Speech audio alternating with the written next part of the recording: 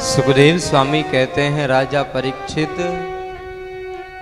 भगवान के ऐसे परम भक्त श्री सुदामा जी महाराज, जिनकी पत्नी का नाम श्री सुशीला जी। भगवान ने इनको भजन तो खूब दिया, इनको संतानें दी, लेकिन घर में इतनी गरीबी की 8-8 दिन बीत जाएं, बच्चों को खाने के लिए कुछ अन्न प्राप्त नहीं होता। 8-8 दिन तक बच्चे भूखे प्यासे रहते हैं, लेकिन सुदामा जी महाराज ने ऐसी परिस्थिति में रहते हुए भी भगवान का नाम नहीं छोड़ा। और भगवान का नाम ना छोड़कर श्री सुदामा जी महाराज सिर्फ एक ही कार्य करते हैं, अपनी माला झोली ली, कृष्ण कृष्ण कृष्ण कृष्ण, यही नाम जप करते हैं। एक दिन सुशीला जी को कहीं से पता चला कि सुदामा जी के परम मित्र हैं श्री द्वारिकाधीश, परम मित्र हैं। सुशीला जी घर में आई, घर में आकर के कहा, स्वामी हमें आज पता चला है कि आपके परम मित्र हैं द्वारकाधीश, आपके परम सखा हैं द्वारकाधीश। सुदामा जी कहते हैं, हाँ देवी, बचपन में साथ रहे थे, गुरुकुल में पढ़ाई करी थी, आज वो द्वारिका के राजा हैं। इतना सुदामा जी ने कहा, सुदामा जी चुप हो गए। सुशीला जी कहती हैं, जब आपके परम मित्र हैं द्वारिकाधीश, तो आप उनके पास क्यों नहीं जाते हो, क्यों नहीं जाकर के कहते हो कि हमको इतनी गरीबी क्यों दी,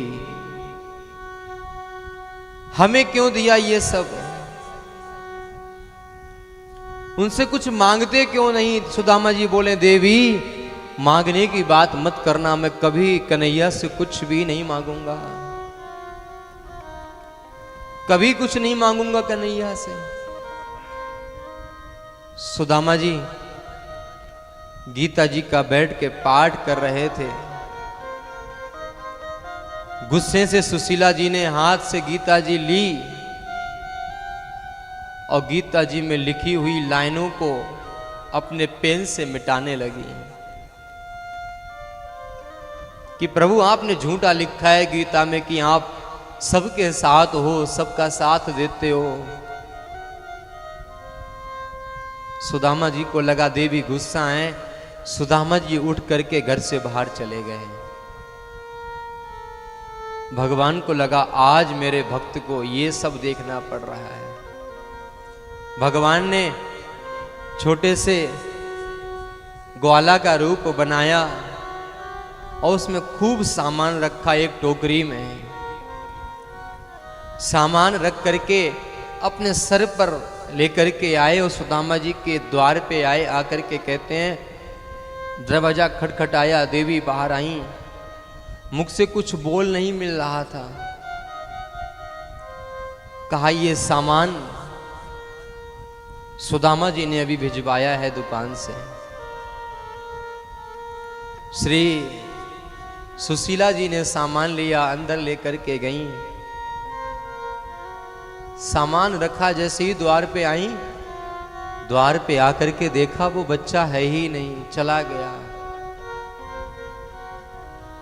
सुदामा जी आए, खूब देवी प्रसन्न थी, बच्चों के लिए सुंदर पकवान बना रही थी।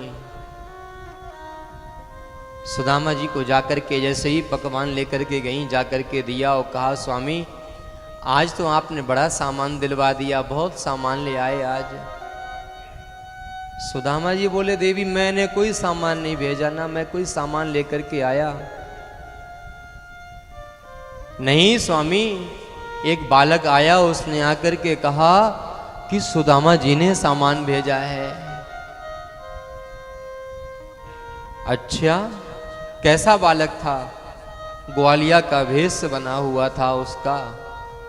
और स्वामी मैं क्या बताऊं, वो बालक इतनी पीड़ा में था, इतनी पीड़ा में था कि उसकी जीभ से खून निकल रहा था।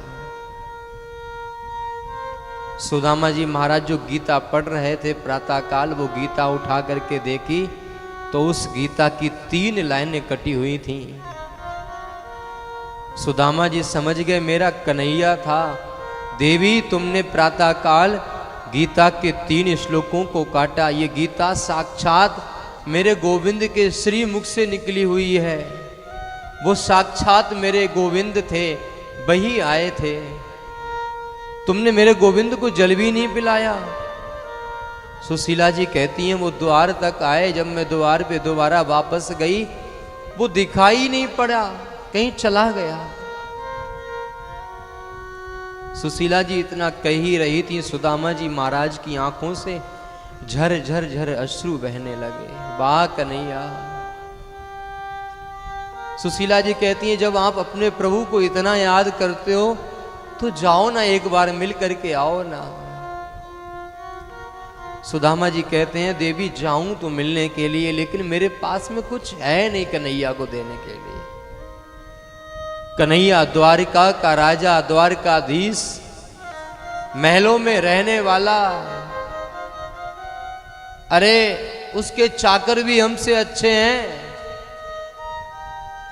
मेरे फटेहाल, मुझे मेरे पास पहनने के लिए अच्छी सी धोती नहीं है, मेरे पैरों में चप्पल नहीं है, मेरे शीश पे कोई ऐसा कपड़ा बंधा हुआ नहीं है जो मैं इसके द्वार तक जाऊं। सुशीला जी कहती हैं स्वामी आप ही तो कहते हो कि आपके प्रभु किसी के वस्त्र नहीं देखते हैं, किसी के आभूषण नहीं देखते हैं।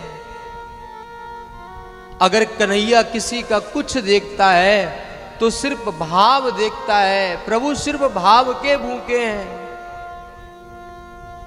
उनको भाव से कुछ भी अर्पण किया जाए गोविंद स्वीकार कर लेते हैं। तो जब प्रभु भावना के भूखे हैं तो फिर क्यों सोचते हो कि तुम्हारे पास कुछ नहीं है। प्रभु हे स्वामी, हे मेरे पतिदेव, हम तो आपसे यही कामना करेंगे कि आप जाओ, जाकर के दर्शन करके आओ कन्हैया के, जाकर के मिल के आओ द्वारकाधीश से। मेरी तो यही कामना है आपसे। सुदामा जी कहते हैं देवी तुम बहुत कह रही हो, तब मैं थोड़ी जाने की हिम्मत कर रहा हूं। मेरा मन तो कहता है राजमहलों में रहने वाला मेरा द्वारकाधीश जब मुझे पटेहाल में देखेगा, पता नहीं मुझसे बात भी करेगा नहीं करेगा, मुझे पता नहीं है। लेकिन देवी अगर तुम्हारे मन में कामना है तो मैं तुम्हारी कामना की पूर्ति अवश्य करूंगा। मैं जरूर जाऊंगा द्वारकाधीश के पास। श्री सुशीला जी 4-5 घरों में गईं और थोड़े थोड़े से चावल लेकर के आईं। अपनी साड़ी का पल्लू फाड़ा और पल्लू फाड़ के वो चावल उसमें बांध के दिए सुदामा जी को कि ये ले जाए, ये लेकर के जाओ और जा करके देना कन्हैया के लिए। अगर वो पूछेंगे कि कुछ लेकर के नहीं आए तब उनको ये चावल जा करके देना। सुदामा जी महाराज बोले ठीक है देवी, तुम बच्चों का ध्यान रखना, अपना भी ख्याल रखना और कन्हैया का भजन करती रहना। तुम जीवन में कोई परिस्थिति आ जाए, कोई स्थिति आ जाए, कहे हनुमंत विपत्ति प्रभु सोई, जब तब सुमिरन भजन ना होई। कोई भी स्थिति हो जीवन में, कोई भी परिस्थिति हो जीवन में, कभी भी हमारी जिह्वा से भगवान का नाम ना जाए। जीवन में सबसे बड़ी विपत्ति वही है, सबसे बड़ा दुख जीवन में वही है, सबसे बड़ा जीवन में संकट वही है जब हमारी जिह्वा से भगवान का नाम चला जाए। श्री हनुमान जी महाराज कहते हैं सुंदरकांड में कि जीवन में सबसे बड़ी विपत्ति वही है भैया, जब हमारी जिह्वा से भगवान का नाम चला जाए। श्री सुदामा जी महाराज कहते हैं अपनी पत्नी सुशीला को, मैं तो जा रहा हूं, तुम भगवान का नाम मत छोड़ना, भगवान का नाम जपते रहना। और श्री सुदामा जी महाराज भगवान का नाम जपते जपते नंगे पैरों से हाथ में डंडा लेकर के, एक झोली लेकर के उसमें अक्षत लेकर के चल दिए। चलते चलते शाम हो गई, नदी के तट पर पहुंचे, देखा संध्या काल है, अब पार तो जा नहीं पाऊंगा, नदी बड़ी गहरी है, कैसे पार जाऊंगा। जैसे ही वहां पे बैठे हुए थे, एक केवट आया नाम लेकर के, अरे ब्राह्मण देवता बड़े तेजस्वी लगते हो, कहां जाना चाहते हो। अरे भैया यही सामने द्वारिका है, द्वारिका जाना चाहता हूं, पैर काम नहीं करते, प्रातः काल चले चले सांझ हो गई, अब जा नहीं पाऊंगा, प्रातः काल देखूंगा, हो पाएगा तो जाऊंगा, नहीं हो पाएगा तो कोई बात नहीं, वापस चला जाऊंगा। केवट कहता है, अरे भैया हे ब्राह्मण देवता, मैं तुम्हें पार कर देता हूं, मेरे साथ चलो। अरे ना भैया रहने दे, मेरे पास तो उतराई देने के लिए फूटी कौड़ी भी नहीं है तुझे, और तू सोचता हो ये पोटली तुझे दे दूं, ये पोटली मैं अपने मित्र कृष्ण के लिए लेके आया हूं, उसके सिवा मैं किसी को नहीं दूंगा। वो केवट कोई और नहीं, वो केवट साक्षात द्वारकाधीश थे, साक्षात भगवान कृष्ण थे। केवट कहता है, अरे ब्राह्मण देवता, आप चाहे कुछ मत देना, आप चाहे मुझे उतराई मत देना, ये पोटली मत देना, आप सिर्फ जब उतरो उस पार पहुंच जाओ तो जाकर के मुझे आशीर्वाद दे देना। जब विनती करने लगा केवट, तब श्री सुदामा जी महाराज नाव पे बैठे, और नाव जब उस पार पहुंची, उस पार पहुंचकर केवट ने सुदामा जी महाराज को प्रणाम किया, सुदामा जी ने आशीर्वाद दिया, भैया आ गई द्वारिका। हाँ भैया यही द्वारिका है, ये बड़े बड़े महल, द्वारकाधीश का सुंदर सा भवन, चकाचौंध देखकर सुदामा जी महाराज बोले, वाह कन्हैया वाह, साथ में रहे, साथ में पढ़े, साथ में आगे बढ़े, भाग्य कहां लेकर के आया, तुम्हें द्वारिका का राजा बनाया और मुझे आज ये स्थिति प्रदान कर दी।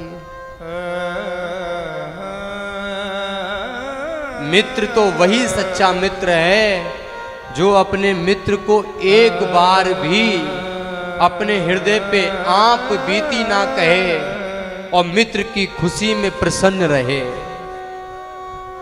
सुदामा जी ने कभी भी अपने मित्र कन्हैया से एक बार ये नहीं कहा कि कन्हैया तुम इतने बड़े महलों के राजा बन गए, तुम मुझे कुछ क्यों नहीं प्रदान कर सकते हो, तुम भी मुझे कुछ धन दे दो ताकि मेरा भी परिवार चल जाए।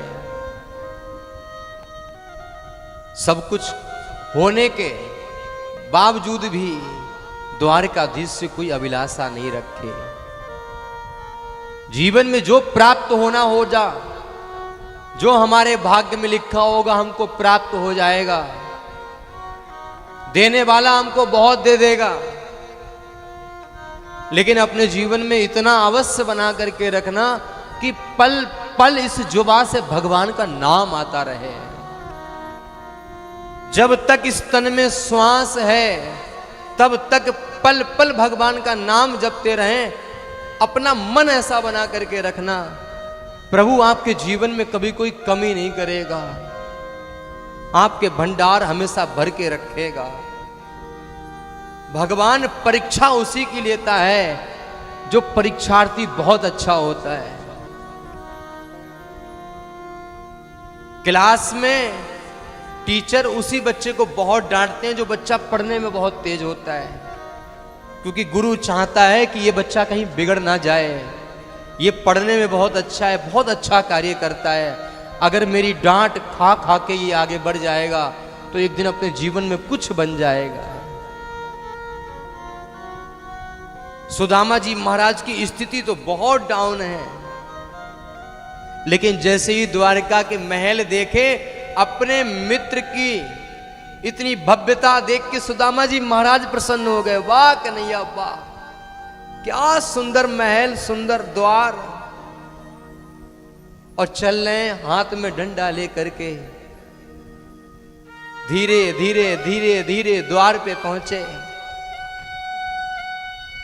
द्वार पे पहुंच के द्वारपाल खड़े हैं और द्वारपालों से श्री सुदामा जी महाराज कहते हैं, कोई घनश्याम से कह दो तुम्हारा यार आया है।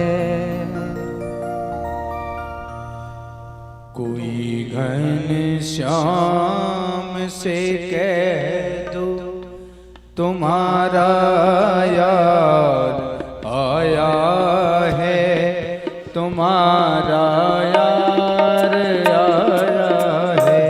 कोई घनश्याम से कह दो तुम्हारा यार आया है, तुम्हारा यार आया है। कोई घनश्याम से कह दो तुम्हारा यार आया है, तुम्हारा यार आया है।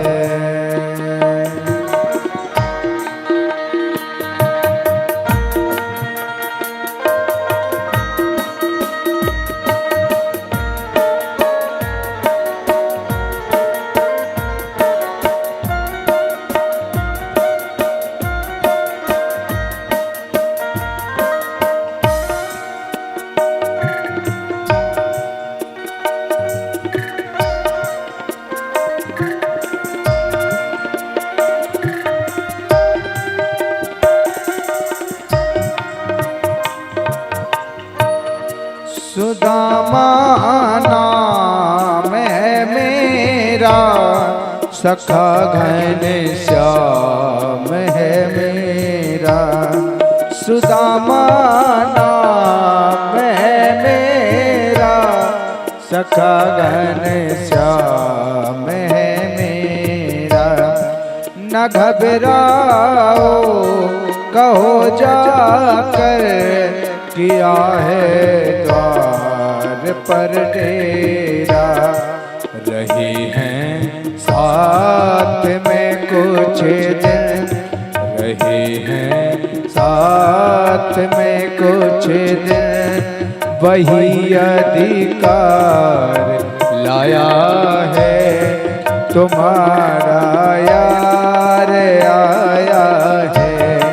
कोई घनश्याम से कह दो तुम्हारा यार आया है, तुम्हारा यार आया है।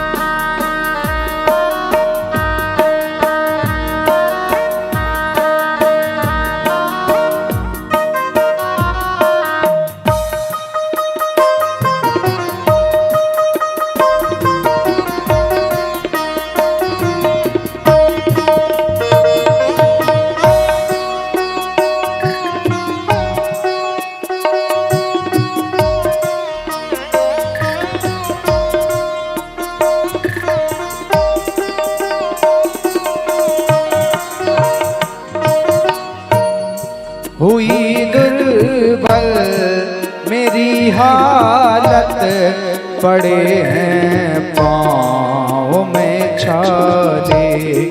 हुई दुर्बल मेरी हालत, पड़े हैं पाँव में छाले।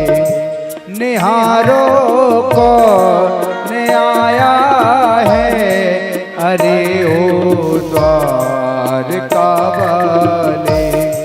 सहारा नाथ का भैया, सहारा नाथ का भैया, छोड़ संसार आया है तुम्हारा यार आया है। कोई घनश्याम से कह दो तुम्हारा यार आया है, तुम्हारा यार आया है, तुम्हारा यार आया है, तुम्हारा यार आया है। सुदामा जी महाराज द्वार पर पहुंचे। द्वार पर पहुंचकर द्वारपालों को कहते हैं जाकर के कहना कन्हैया से कि उनके बचपन का मित्र सुदामा आया है। द्वारपाल गए। भगवान अपने कक्ष में भोजन करके बैठे ही थे। जाकर के कहा प्रभु क्षमा करें, हमें इस समय आना हुआ, लेकिन द्वार पे एक ब्राह्मण देवता आए हैं जिनकी स्थिति बिल्कुल भी सही नहीं है। फटी धोती है और पैरों की बिवाई खिल गई है, पैरों में छाले पड़ गए हैं, लेकिन चेहरे पे तेज बहुत है, ब्रह्म तेज है उनके चेहरे पे। भगवान कहते हैं ये सब तो तुमने बता दिया ठीक है, लेकिन नाम क्या है ब्राह्मण देवता का? तब द्वारपाल कहते हैं ब्राह्मण देवता का नाम है श्री सुदामा जी महाराज। जैसे ही भगवान ने सुदामा सुना, भगवान अपने सिंहासन से कूदे। कहां मोर पंख गिरा, कहां पीतांबर गिरा, कहां शरीर के वस्त्र गिर गए, कुछ पता नहीं चला। द्वारका के 7 द्वार पार करते करते श्री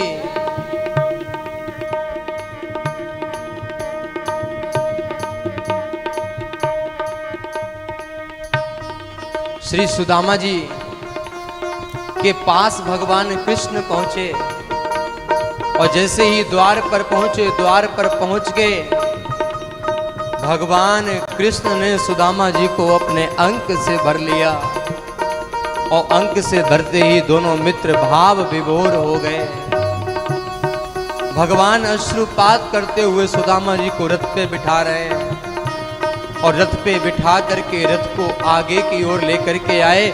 और द्वारिका में एक एक मित्र को कहते हैं, एक एक सेवक को कहते हैं कि ये मेरे बचपन के सखा, मेरे बचपन के मित्र हैं श्री सुदामा जी महाराज। एक एक चीज बताते हैं और लेकर के गए।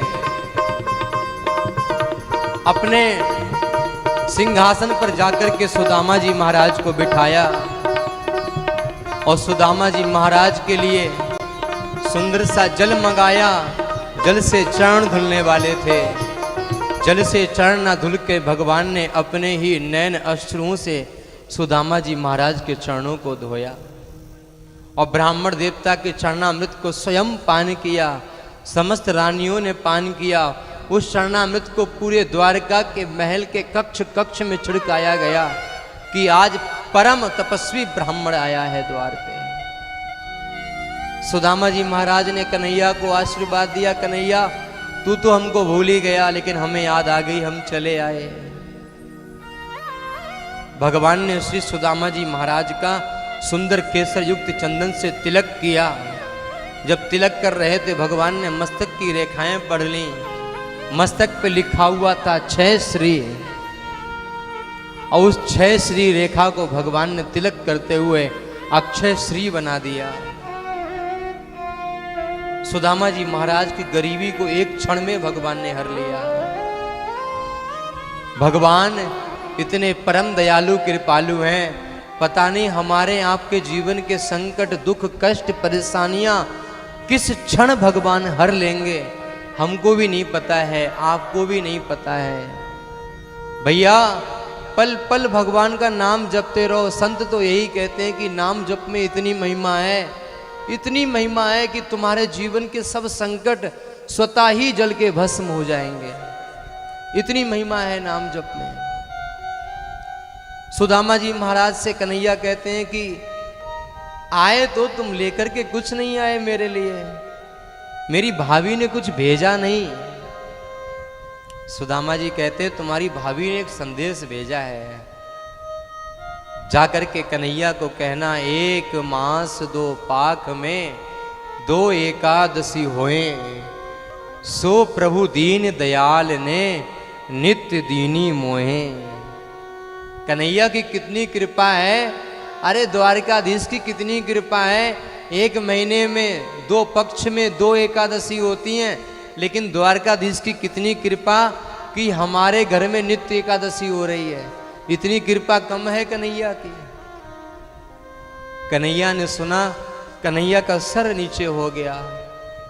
कन्हैया ने कहा भाभी ने बातें तो कह दी, कुछ खाने को नहीं दिया। सुदामा जी महाराज ऐसे पोटली दबाए बैठे थे।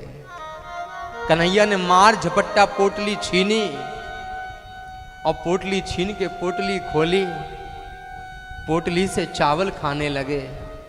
1 मुट्ठी खाए। संत कहते हैं 1 लोक प्रदान कर दिया। दूसरी मुट्ठी खाई, दूसरा लोक प्रदान कर दिया सुदामा जी महाराज को। जैसे तीसरी मुट्ठी खाने लगे, रुक्मणी जी ने, आदि रानियों ने भगवान का हाथ रोक लिया। प्रभु अगर आज सब कुछ ही प्रदान कर दिया तो कंगाल हो जाएंगे, कहाँ रहेंगे। कहा ये हम सब रानियां खा लेंगे मिल बांट के, हमको दे दो। सुदामा जी महाराज को खूब अच्छे अच्छे व्यंजनों का भोग लगाया गया। जब सुदामा जी महाराज गए थे तो सुंदर से वस्त्र भी पहनाए गए।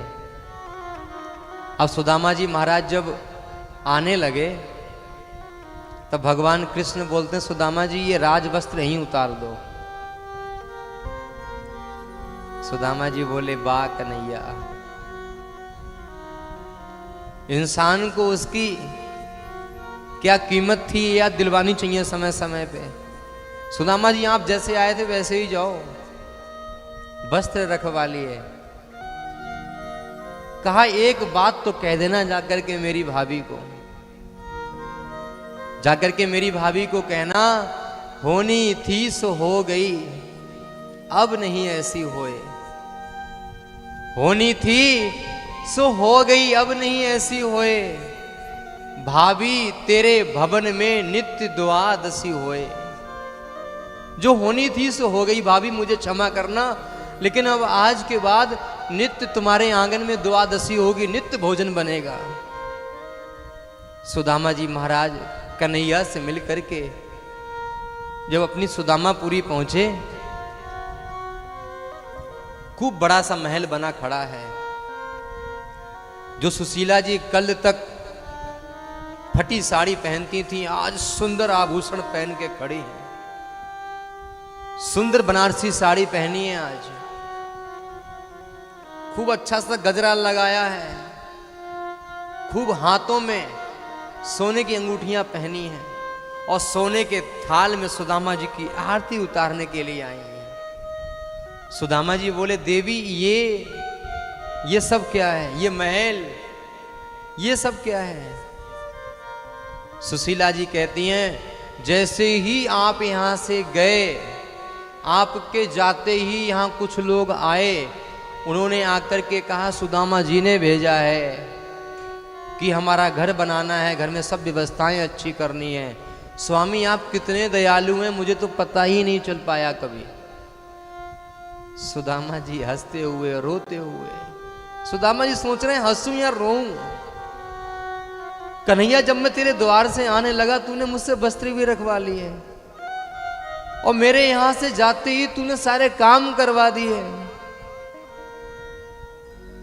श्री सुदामा जी महाराज अपनी पत्नी को कहते हैं सुशीला जी ये सब वही कर रहा है, द्वारकाधीश कर रहा है, इसमें मैंने कुछ नहीं किया। दोनों पति पत्नी भगवान को याद करते हुए कहते हैं, कन्हैया तेरी कृपा से सब काम हो रहा है। और सुदामा जी कहते हैं, करते हो तुम कन्हैया, नाम बस मेरा हो रहा है। सब तुम्हारी कृपा से हो रहा है कन्हैया, सब तुम्हारा दिया हुआ है। श्री सुखदेव स्वामी कहते हैं, राजा परीक्षित इतने बड़े वाले दीन बंधु, इतने करुणा अवतार, इतना प्रेम करने वाले हैं भगवान द्वारकाधीश। राजा परीक्षित की आंखों से अश्रु बहने लगे। इतने परम दयालु प्रभु, आपने उनकी पवित्र पावन कथा सुनाई, अब इसके आगे कुछ भी सुनने को नहीं रह गया है।